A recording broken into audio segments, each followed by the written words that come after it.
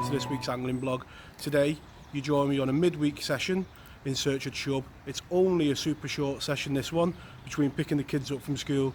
So I'd say I've got about 2.5 hours, and the hope is to pick up a chub or two. If we get one, I'll be happy. It's just about getting a bend in the rod today. And that's what fishing is, isn't it? Some days we go all day, like you'll see me on the longer weekend sessions. But sometimes as anglers, we've just got to get out on the bank and wet a line. And that is what today is all about. So really quickly, my setup for the session is my 14-foot Drennan Aculite with my Shimano Teku reel with 4 pound, 4 ounce float fish. I've got a 6 number 4 dome top float and a bulk shot of number 4s and 2 number 8 droppers down to a size 18 Kamanazan animal hook. Let's have a look at the swim that we're going to fish today. So the swim that I'm going to fish today, that's where I'm going to be stood. Got plenty of snags, proper chubby, and some snags don't have to be trees, they can be man-made. And I'm hoping, you see where the water goes dark here, to pick up the chub in that dark water. You can see here it's really light, but in that dark water there, I'm hoping there's going to be 1 or 2 chub just lying. Let's have a look at the side tray. Side tray for the session, I've got about 1.5 pints of maggot, Cheshire particle hemp seed, my weight, disgorger, and a 2 pound, 1 ounce hook link. So let's make a start. So one thing that I always do on these sessions is feed the swim as I'm setting up, and that way them chub are just getting used to the bait going down, and normally when you make that first cast there's one waiting. So let's make a start. No messing about today. Big handfuls of maggots. You want them chub out in the open and on this trail. They're a greedy fish, and that's what we're preying on. We have only got a short amount of time, so we've got to get them on it as quick as possible. And that amount of food going in, no chub is going to miss. I'm just feeding me hemp, probably about there, so it's going straight down the river and coating it.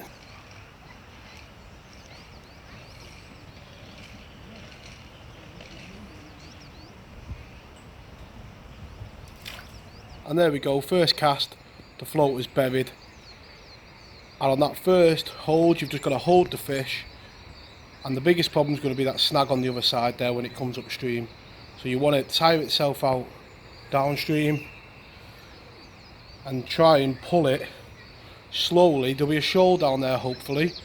And what you want to do is pull it upstream away from the shoal. And if you just tease it out the shoal, you won't spook them.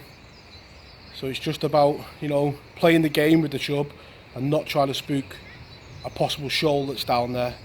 Let it tire itself out with the drag, so when it's upstream it's not going to do you in that snag over there.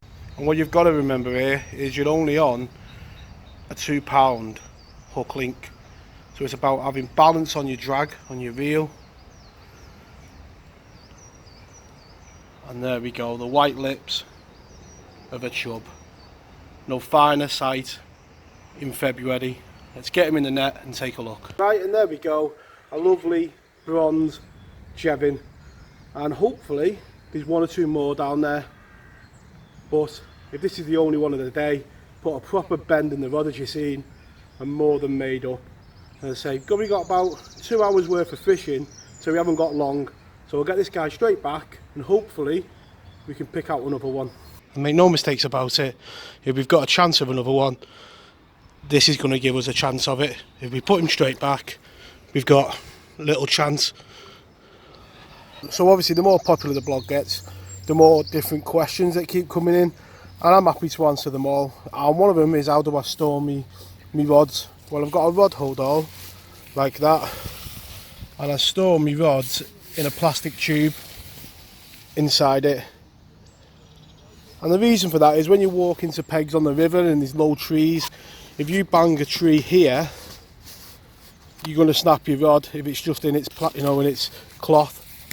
Whereas, if you bang against anything, or something falls over in the car, like even that bucket, if it's full of bait, falling over in the car can snap a light rod like an Aculite, because they're so light in the carbon.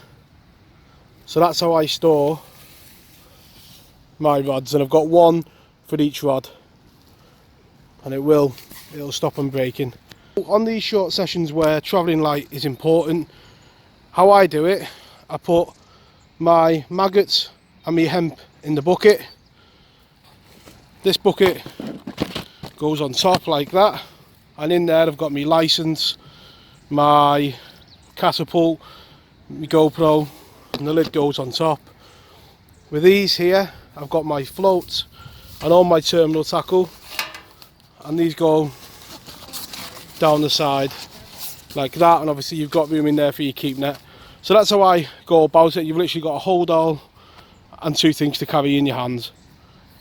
It just makes it all easier and shows how simple stick float fishing can be.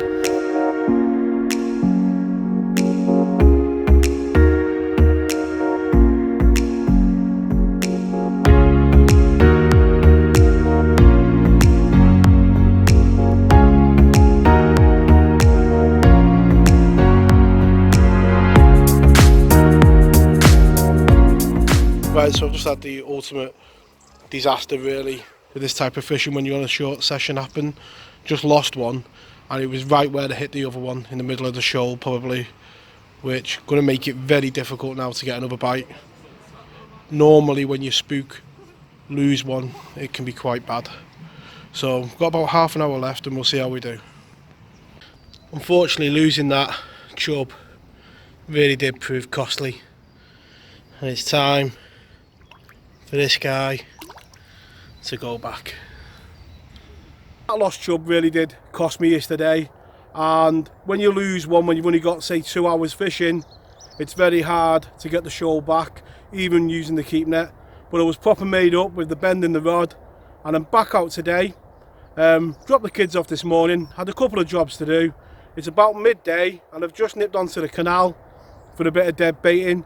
At this time of year, when the pike are coming up to spawning and they're feeding, any opportunity to get your rods in the water, you've got to jump on. It only takes a second to get a bite, literally. You can put the bait in sometimes and it'll be gone. So make the most of this short period in February to March to get the bait in the water at any opportunity, whether that's an hour after work, an hour before work, or like today, I could have just sat in the house and edited this week's blog, but I decided to come out on the bank and try and get a pike really quickly because I want to get a bait in the water. I'll go over the setup. It's a 20 gram inline float from Dinsmore. I've got 40-pound braid, an egg sinker, a swivel, and then a wire trace down to a mackerel, Joey mackerel dead bait. And like we said, at this time of year, when you're after them bigger females, you want a nice oily bait and a big bait, because them fish are looking to feed up for spawning that's going to come in a couple of weeks time. With the temperatures rising, it's about 11 degrees today, it won't be too far away. If we get a prolonged period like that, they'll start moving into them areas to spawn. No matter how short a session you're out for, always have your area set up.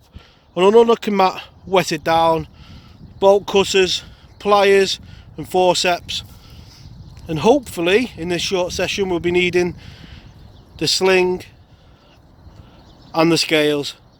But yeah, always have that area set up and be confident that you're going to get a fish. So let's sit back and hopefully get a pike.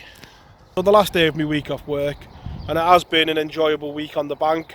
We had that nice 17-pound pike to start the week, you know, picking up the new car, so we're back on the road, and boy does it feel good to be back on the road, just to be able to go wherever you want, take the kids to school and come fishing after you've done a couple of jobs.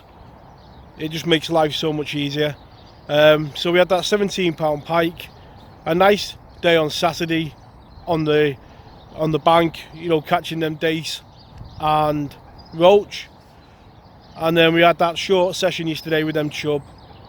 So fingers crossed, in these 2 hours we've got this afternoon, we can round off nicely with a pike.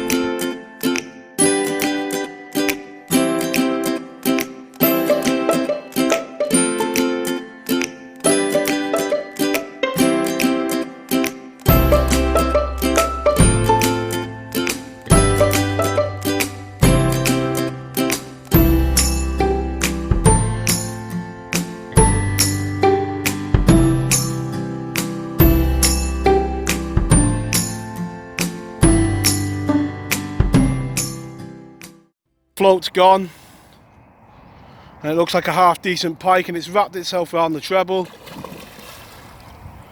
so we're going to have to be careful. Just tease it in, take a time. Oh yeah, looks like a nice one. I would say it's a double. So when it's wrapped up like that, just keep the net low to the water so it's enough to keep it in, and just remain calm. Get your gear ready and we'll get him out and take a look.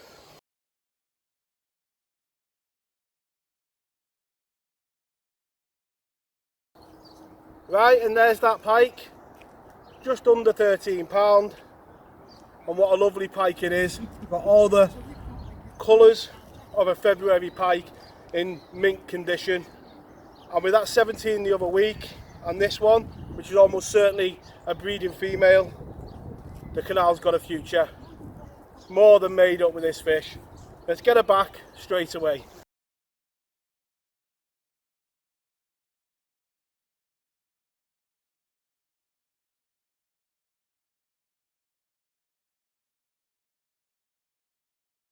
So the session comes to an end there now, and with the chub fishing, it was all about getting a bend in the rod. A short 2-hour session there, and thoroughly enjoyed it. A shame we lost a fish, but that's how it goes. And then today, another short pike session, and to get a double figure pike just under £13, more than made up.